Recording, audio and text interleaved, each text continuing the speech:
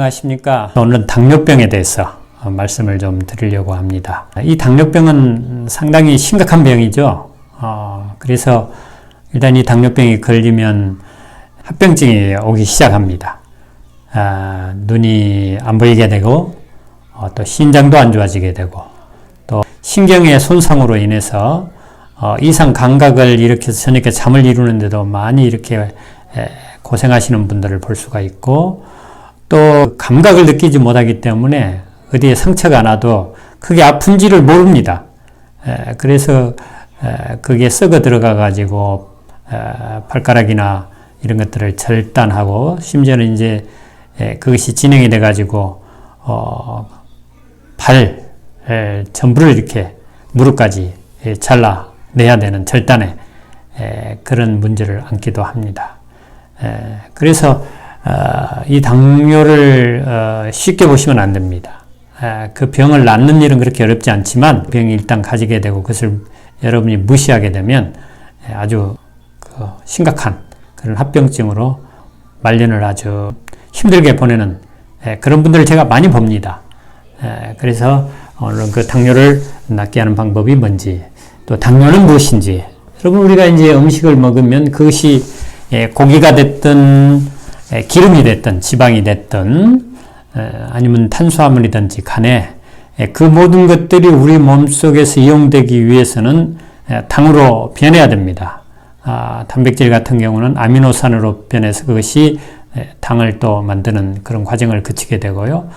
지방은 지방산이라고 하는 지방산을 거쳐서 또 당으로 이렇게 변환이 되어야 여러분의 몸속에서 사용되어지는 것입니다.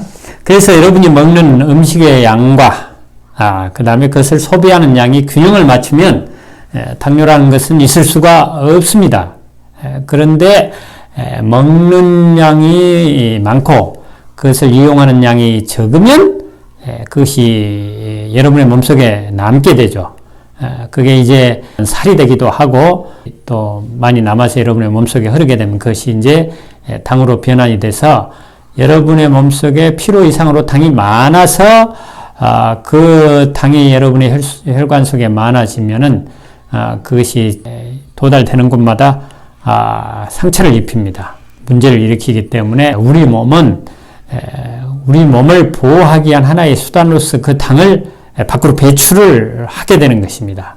그래서 가장 용이한, 쉽게 배출할 수 있는 그런 방법이 소변으로 배출하는 것입니다.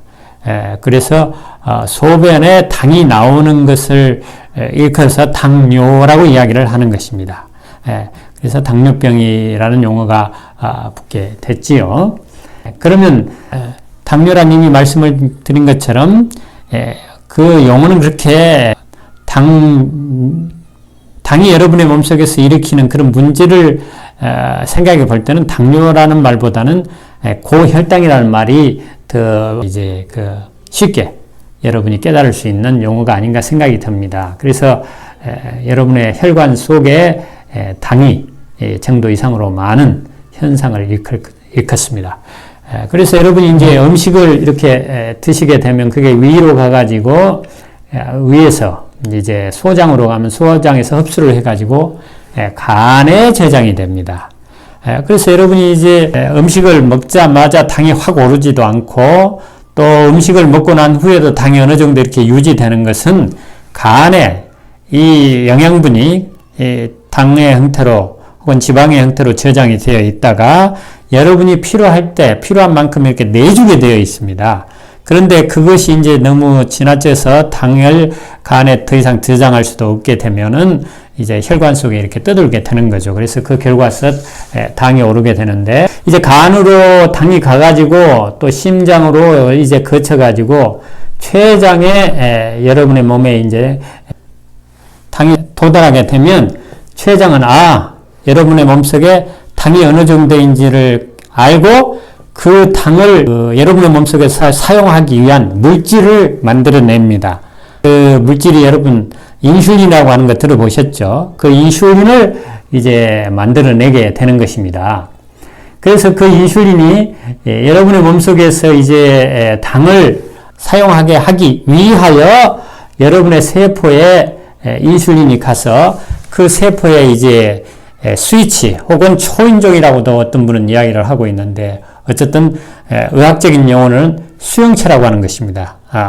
영어로는 리셉터라고 하는 것인데 이 수용체에 당이 이렇게 키처럼 차의 키처럼 이렇게 딱 들어가지고 그것을 탁 맞춰주면은 이 수용체에서 인슐린이 붙은 그 결과로서 이제 신호를 보냅니다. 이온 형태로 해가지고 신호를 보내면 그 수용체에서 인슐린의 문을 여는 그런 일을 하게 되는 것입니다. 그러니까 인슐린은 말하자면 키를 통해서 원격 조정을 해가지고 당이 들어올 수 있는 문을 열어주는 일을 하는 것입니다. 오늘날 우리 인간들이 이렇게 리모컨이라든가 이것을 이용해서 멀리 있는 것을 조작하는 그와 같은 일들이 여러분의 몸속에서 일어나고 있다는 사실입니다. 근데 여러분 얼마나 놀라운 일인지 모릅니다. 이 세포의 크기가 얼마나 적은데 그 안에서 원격 조정을 해가지고 문을 열어주고 그 다음에 스위치가 있고 하는 이런 것들을 참 생각하면 기가 막힙니다. 어쨌든 그렇게 해서 그 당의 문을 이렇게 열고 들어올 수 있도록 인슐린이 문을 딱 열어주면 당이 문을 열고 연 문을 통하여 여러분의 세포 속으로 들어오게 되는 것입니다. 이 세포 속에 딱 들어오면 그것이 또 이용되기 위해서는 세포의 공장이라고 하는 미토콘드리아가 있습니다. 차로 말하면 엔진과 같은 것이죠. 그래서 그 미토콘드리아에 당이 여기 싹 들어가면 그 당을 이제 미토콘드리아에서 엔진을 돌려 가지고 ATP라고 하는 전기 에너지를 내 가지고 여러분이 웃고 운동하고 말하고 하는 이런 모든 활동을 하게 하는 그런 영양분이 되는 것이죠. 그러면 이 당이 왜 이렇게 혈관에 쌓일까요? 그거는 이 당이 와가지고 췌장에 도달을 하면은 췌장에서 인슐린을 만들어내가지고 인슐린이 이 스위치를 딱 키를 눌러줘가지고 키를 돌려줘서 문을 열어줘야 되는데 문을 열어주지 않으면 어떻게 됩니까? 당이 안으로 들어가지를 못하겠죠. 그러면 그 결과로서 밖에 당이 쌓이는 것입니다. 그것이 바로 혈당이 많이 올라가게 되는, 그래서 세포 주위에 이렇게 쌓이게 되고 혈관에 많이 돌아다니게 되는 그 일이 일어나는 것입니다. 그러면 여러분 이 당이 이렇게 쌓이게 되는 원인이 뭔지, 첫 번째 바로 인슐린이 제대로 생산을 못하든지, 말하자면 인슐린이 부족하든지, 아니면 인슐린이 있기는 있지만 그것이 제 기능을 할 수 있는 정상 인슐린이 아닐 수도 있다는 것입니다. 또 어떤 것이 있을까요? 인슐린이 이렇게 수용체에 인슐린이 딱 붙어야 되는데 이 수용체가 어땠습니까? 감소하는 것입니다. 그래서 인슐린이 이제 스위치를 딱 눌러가지고 이 문을, 수용체를 열어줘야 되는데 이 수용체가 고장이 났다면 어떻게 될까요? 역시 당이 들어가지 못하겠죠. 그리고 이제 수용체에서 문을 열어줘가지고 당이 또 들어가긴 들어갔는데 뭐가 또 없으면 안 될까요? 그 엔진이 부족하면 또 그 당을 이용하지 못하겠죠. 또 어떻습니까? 수용체도 문제가 없고 인슐린도 제대로 생산이 됐는데 인슐린이 제때 택배회사가 택배 물건을 잘 공급해야 되는데 도중에 뭔 일이 있어가지고 차가 밀렸다든지 아니면 사고가 났다든지 그러면 전달이 됩니까? 안 됩니까? 안 되죠. 이와 같은 일들이 있으면 여러분의 몸속에서 당이 계속해서 혈관에 쌓이게 되는 것입니다. 여러분, 우리 몸은 아주 작은 세포라는 구성으로 이루어졌지만 그 세포 안이 하나의 한 도시의 어떤 복잡한 것처럼 복잡합니다. 그래서 그런 일들이 일어나는데, 특별히 이제 혈관은 도로와 같은 것이죠. 그래서 그 도로가 막혀도 그런 일이 일어나는 것처럼, 그러면 어떻게 해서 그런 일이 일어나는가? 그 원인들을 여러분이 잘 생각하고 그것을 어떻게 하면 해결할 수 있는가를 깨닫게 되면 당뇨는 너무 쉽게 나을 수가 있습니다. 근데 많은 분들이 너무도 이것을 잘 주의하지도 않고 깨닫지도 못하고 생각하지도 않고, 또 당뇨가 있다 보면 피곤해가지고 다른 거 생각을 또 못하게 되죠. 그래서 이러한 악순환이 계속이 되는 것입니다. 그러면 인슐린 생산이 왜 감소가 될까요? 또 인슐린이 왜 제 기능을 할 수 있는 정상 인슐린이 만들어지지 않을까요? 여러분 이제 이미 제가 기존에 언급했듯이 당이 췌장에 이제 도달을 하게 되면 췌장에는 알파세포나 베타세포라는 것이 있습니다. 근데 인슐린을 만들어내는 세포가 무슨 세포냐? 베타세포라고 하는 것입니다. 그리고 알파세포라고 하는 것은 글루카곤이라고 하는 물질을 만들어내는데, 여러분 이제 우리 몸에서 뭡니까? 당이 떨어질 때도 있고 올라갈 때도 있겠죠. 올라갈 때는 인슐린이 많이 분비가 되고, 또 당이 떨어지면은 그것을 우리 몸의 정상 수준으로 이 당을 맞춰주기 위해서 알파세포라고 하는 췌장세포에서 글루카곤이라고 하는 물질이 나와가지고 그것을 또 간에서 당을 딱 내놓게 하는, 이게 밸런스를 다 맞춰줘야 되는 것입니다. 그러니까 알파세포나 베타세포가 정상 기능을 하기 위해서는 그 세포 안에 있는 유전자라고 하는 것이 정상적인 구조를 가져야 되는 것입니다. 그래서 이 유전자가 정상 구조를 갖지 못하면 정상 인슐린이나 글루카곤이 만들어지지 않음으로 인해서 여러분의 몸속에 이 당의 수치를 제대로 맞춰주지 않는다는 사실을 알 수가 있습니다. 그런데 인슐린을 만들어내는 베타세포를 파괴하는 물질이 여러분의 몸속에 있을 수 있다는 것입니다. 그것은 뭐냐? 바로 단백질이 과다하게 있을 때 그 단백질 중에는 트립토판이라고 하는 물질이 있는데, 이것이 아미노산이죠.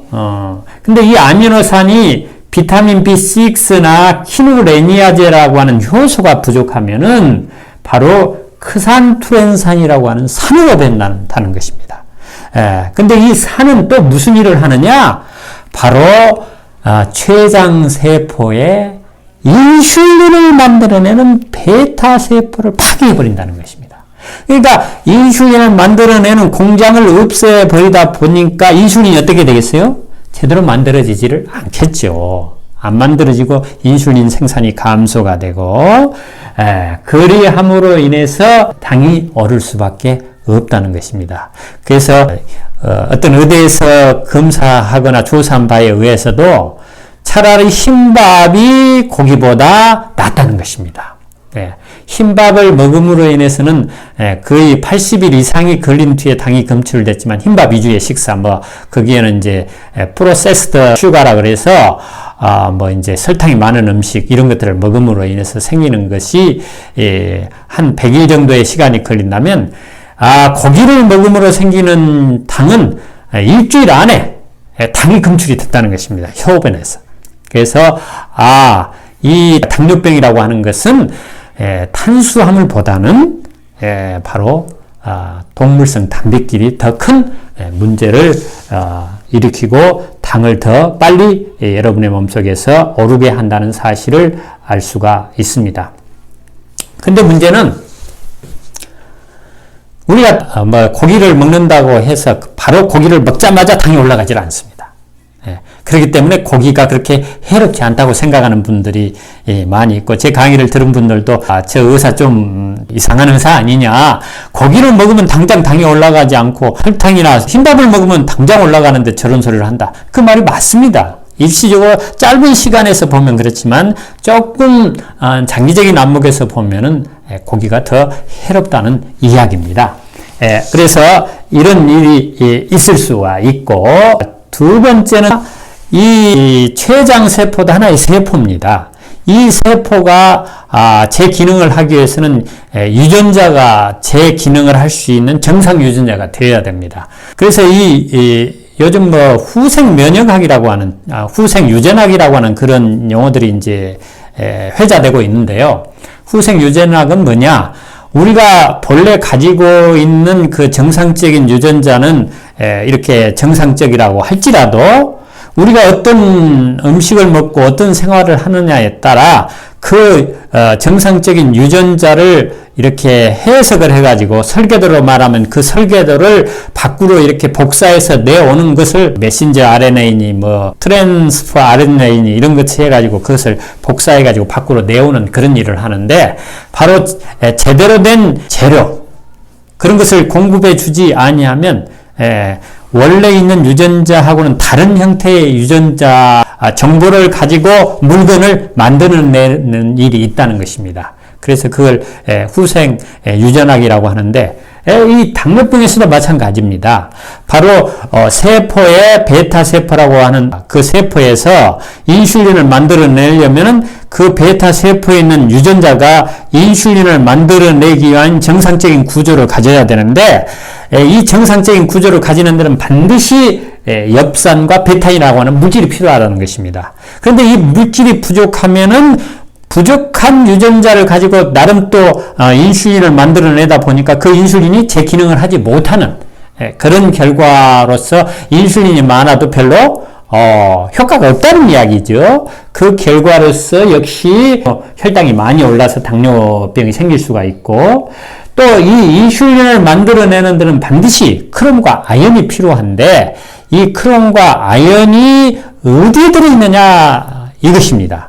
이것도 영양분의 일종인데 바로 통곡류에 들어있다는 것입니다. 통밀이라든가 뭐 현미라든가 옥수수라든가 어쨌든 이 겉껍질을 벗겨낸 안껍질 거기에 바로 이런 물질이 있다는 사실을 알 수가 있습니다. 그래서 당이 이렇게 오면은 그것에 맞게 인슐린이 생산이 돼야 되는데 생산하지 못하는 그런 일이 생긴다는 사실입니다. 그럼 엽산은 어디에 많이 들어있느냐? 바로 푸른 잎 채소에 많이 들어있고 그 다음에 베타인이라고 하는 물질은 바로 통곡류에 크롬과 아연도 역시 통곡류에 많이 있다는 것입니다. 그러니까 음식으로 따지자고 하면은 거친 음식 그리고 여러분 요즘 그 일본에서나 서구 유럽이나 미국에서도 그런 것이 있죠. 통째로 음식을 먹자.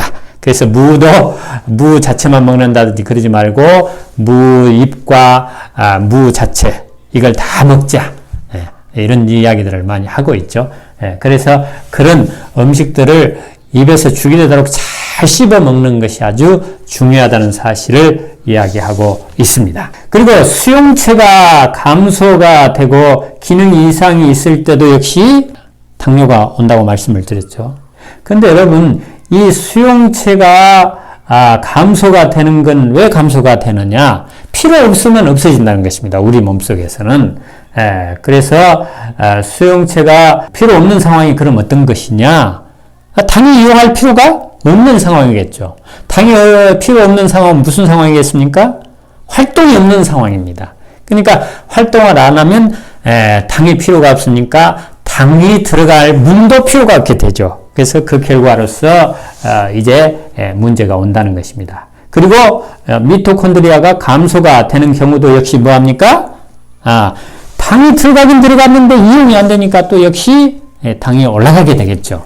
그래서 이 두 가지를 다 해결할 수 있는 방법이 뭐냐? 이렇게 음식을 먹고 활동을 안 하고 쉬기 좋아하고 운동하기 싫어하는 사람들은 다 수용체가 없어진다는 것입니다. 그리고 미토콘드리아도 없어진다는 것이죠. 왜? 필요가 없으니까 사용할. 그런데 아래에 있는 이 친구처럼 자꾸 시간만 나면 운동을 하고 뛰고 또 집안에서도 걸레질도 하고 그 다음에 설거지도 하고 쓰레기도 버리고 즐거운 마음으로 그렇게 하면 이 모든 것들이 어떻게 합니까? 바로 수용체도 늘게 하고 수용체가 뭐라고 그랬어요? 당이 들어오는 문이 늘게 하는 것입니다. 그래서 인슐린이 와가지고 탁 이렇게 스위치를 눌러주면은 문이 활짝 여러 개의 문이 열리니까 당이 한꺼번에 샥 들어가가지고 거기에다가 또 뭡니까? 운동을 하게 되면 미토콘드리아도 많아지니까 그만큼 뭐합니까? 당이 빨리 이용이 돼버리니까 어떻게 되겠습니까? 당이 너무 쉽게 낳지 않겠습니까? 그런데 문제는 당뇨를 가진 분들이 피곤하고 움직이기가 싫은 그런 상황이 된다는 것입니다. 그래서 이런 분들은 억지로라도 처음에는 움직이셔야 됩니다. 그러나 억지로 하는 것도 스트레스니까 이왕이면 어떻게 해요? 즐겁게 하자.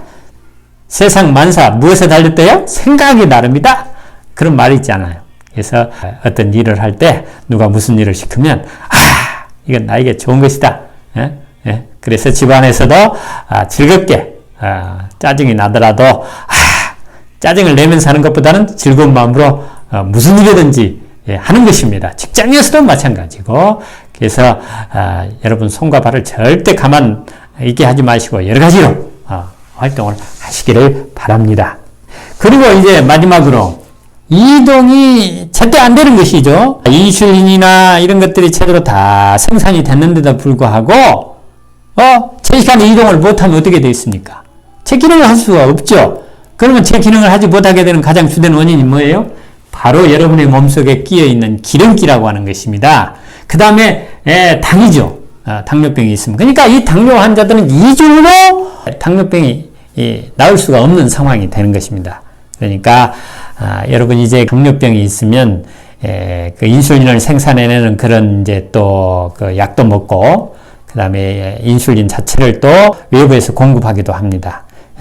그렇게 해서 일단 그걸 사용해가지고 내가 운동하고 또 현미, 콩밥이라든가 통곡류, 그 통밀빵 같은 것을 이렇게 씹어 먹으려면 그것도 에너지가 필요합니다. 그러니까 그 약과 인슐린의 도움을 받아가지고 그 힘을 통해서 어떻게든지 운동을 열심히 하고 그 다음에 잘 씹어 먹고 그렇게 하다 보면 이제 혈관도 깨끗해지고 그 다음에 당도 제 몸에서 만들어지고 그래서 서서히 약을 줄여야 됩니다. 인슐린도 서서히 또 줄여야 되겠죠. 그것에 따라서. 그래서 이런 것을 의지하지 않고도 당이 조절할 수 있을 정도로 그렇게 하게 되면 쉽게 이렇게 당이 조절되고 그래서 제가 이렇게 경험해 보면 아무리 심한 당뇨도 3개월이나 6개월 정도면은 그 인슐린을 아무리 많이 맞고 또 당뇨 때문에 고생한 분들도 그 당뇨에서 해방되는 걸 제가 여러 번 목격을 했습니다. 그래서 여러분 이제 튀김 고기 제빵류 같은 것을 삼가하시고 이런 과자 종류도 삼가하시는 것이 좋습니다. 이 과자에는 중성지방이 아주 많이 있습니다. 중성지방은 여러분의 몸속에서 에너지원으로 쓰이는데 여러분 원래 우리 몸은 우리가 먹는 탄수화물에서 들어있는 당을 먼저 사용하고 그래도 이제 부족하면은 지방을 태웁니다. 지방을 태우는 데는 오랜 시간과 강도 높은 운동을 해야 이게 또 이용이 되지고 또 이것이 이제 굶거나 이것이 너무 지방이 많아가지고 지방을 많이 이제 여러분의 몸속에서 이제 그 에너지로 사용하다 보면은 케토산증이라는 산증을 일으켜서 또 위험할 수가 있습니다. 그래서 지방은 지금 많이 드신 분이 있다면 또 지방도 서서히 줄여가지고 빨리 이렇게 끊으시는 것이 좋습니다. 또 당뇨 정독의 비결의 4가지는 뭘까요? 그러면 정상 인슐린 생산을 증가할 수 있도록 음식을 그렇게 바꾸시는 것입니다. 어떤 음식을 드시라고 그랬죠? 푸른잎이 아주 짙은 그런 음식과 그 다음에 통곡류 이런 음식을 드셔야 된다는 것이고 정상 수용체와 미토콘드리아를 증가시키기 위해서 어떻게든지 많이 움직이시고 운동을 해야 된다. 그래서 여러분이 처음에는 스스로 움직이기가 힘드시면은 헬스장이나 이런 데를 가가지고 트레이너의 지도를 받으면서 이렇게 하시면 억지로라도 하게 되고 억지로라도 좀 하게 되고 어느 정도 이렇게 자기가 자발적으로 뭔가를 하기 위해서는 처음에는 그런 시도가 필요합니다. 그렇지 않으면 여러분 쉽지 않습니다. 왜냐하면 당뇨 그 자체가 여러분의 몸속에서 이용되지 않기 때문에 아주 피곤하고 움직이기도 싫고 만사가 귀찮아지는 그런 일이 계속 지속이 되기 때문에 어떻게든지 억지로라도 그렇게 하셔야 되고 제때 인슐린이 전달되기 위해서는 말씀드린 것처럼 그런 지방질을 좀 드시지 않는 것이 좋겠습니다. 이제 윤성수라고 하는 분인데 미국에서 오셨어요. 자기 그 사돈도 인천에서 이제 의사 일을 하시고 또 자기 아들은 이제 미국에서 카이로프락틱이라고 하는 그런 일을 하는 그런 분인데 투석을 준비하라고 했답니다. 저를 찾아왔을 때 크레아틴이 4.3, 인슐린은 26단위를 맞은 아주 심한 당뇨병 환자였습니다. 그래서 이제 투석을 준비하고 이제 그러려고 했는데 그 사모님이 제 강의를 유튜브를 통해서 듣고 저를 찾아와 가지고 어떻게 하면 되느냐. 그래서 제가 이렇게 해가지고 했더니 인슐린 다 지금 끊고 그 다음에 크레아틴도 4.3에서 2.8로 떨어졌어요. 하루종일 너무 기뻐하고 좋아하셨는데 이분들이 이제 나이가 드셔갖고 할아버지 할머니가 돼가지고 손자 손녀들을 돌보다가 그 아이들이 이제 요즘 아이들이 그 과자 좋아하지 않습니까? 그래서 과자 남겨놓은 걸 아깝다고 먹고 그 다음에 이제 자식들이 또 미국에서 왔다고 이제 그 몸보신잘하고 이제 어쨌든 한번 먹으면 뭐 문제 되겠냐 하고 이제 고깃집에 가가지고 뭐 소고기 등심이니 돼지 갈비니 이런 걸 좀 드셨다는 것입니다. 그래가지고 또 검사를 하니까 크레아틴이 저를 찾아올 때보다 더 높아졌어요. 물론 지금 이제 인슐린을 맞는다든지 또 혈압약도 먹었어요. 5가지 이상. 그런데 그런 것은 다 먹지 않고 지내기는 지냈는데 크레아틴이 4.8이나 됐어요. 그래가지고 이분이 더 이상 이제는 고기를 안 먹어야 되겠다 생각을 하고 자기는 운동은 아주 열심히 했답니다. 그래서 운동 내가 이렇게 열심히 하는데 고기 좀 먹으면 뭐 문제겠냐? 이런 생각으로 했다는 것입니다. 그래서 이제 제가 그랬습니다. 운동도 그렇게 하시되 고기는 절대 드시지 말고 그래서 이분이 하시는 말씀이 너무너무 힘이 빠져가지고 맥을 못 추겠다는 거예요. 그래서 할 수 없이 먹었다는 것입니다. 그런데 그 결과로서 지금 어떻게 됐습니까? 이제 그 4.8대면은 뭐 4.8대 그 다음에 5, 6, 7 넘어가면 이제 투석하면서 이제 또 하셔야 되는데 여러분 일단 신장은 투석을 하게 되면 회복이 그만큼 배 이상으로 늘어납니다.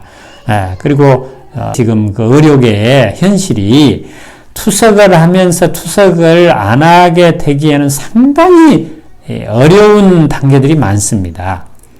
기존에 제가 투석에 관한 그 어떤 언급도 말씀을 드렸지만 이 제도 자체가 한 번 투석을 하게 되면 3번을 해야 되고 또 3번을 해야만 병원 운영은 또 할 수밖에 없고 그러다 보니까 뭐 3번 하는 걸 2번 하고 1번 하고 이런 과정들이 쉽지가 않습니다. 그러니까 투석을 하기 전에 반드시 고쳐야 되는 것이 급선무인 것을 알 수가 있습니다. 그래서 이미 말씀을 드린 것처럼 눈이 먼 것도 신장 투석을 할 단계에서도 바로 이렇게 당뇨를 잘 조절하시면 이렇게 그런 문제들에서 해방될 수가 있습니다. 제가 경험하기로는 신장 투석을 하는 분들이 낫는 과정을 보면은 어떤 기타 질환, 혈압이나 당뇨가 없는 분들이 가장 빨리 낫고 똑같은 수치고 똑같은 기능 이상을 가지고 있을지라도 그 다음에 고혈압만 가지고 있는 분이 당뇨만 가지고 있는 분들은 좀 더 빨리 낫습니다. 그리고 고혈압과 당뇨가 같이 있는 분들은 좀 시간이 더 오래 걸린다는 것을 보게 됩니다. 그래서 여러분 이러한 모든 것들을 이렇게 종합적으로 깊이 살피시고 또 판단을 하시고 또 강의를 들으면서 그래서 어떤 분은 여러 번 이걸 들었습니다. 왜냐하면 생소한 의학 지식에다가 그 원리들을 잘 알지 못하면 여러분 여기에서 뭐 좋다가 하면 또 그것 먹다가 또 저기서 저 뭐 좋다 하면 그것 먹다가 결국은 돈 버리고 몸 버린다는 사실을 알게 됩니다. 그러니까 여러분 유념하시고 철저히 이렇게 생활하심으로 당뇨에서 꼭 해방되시기를 바랍니다. 감사합니다.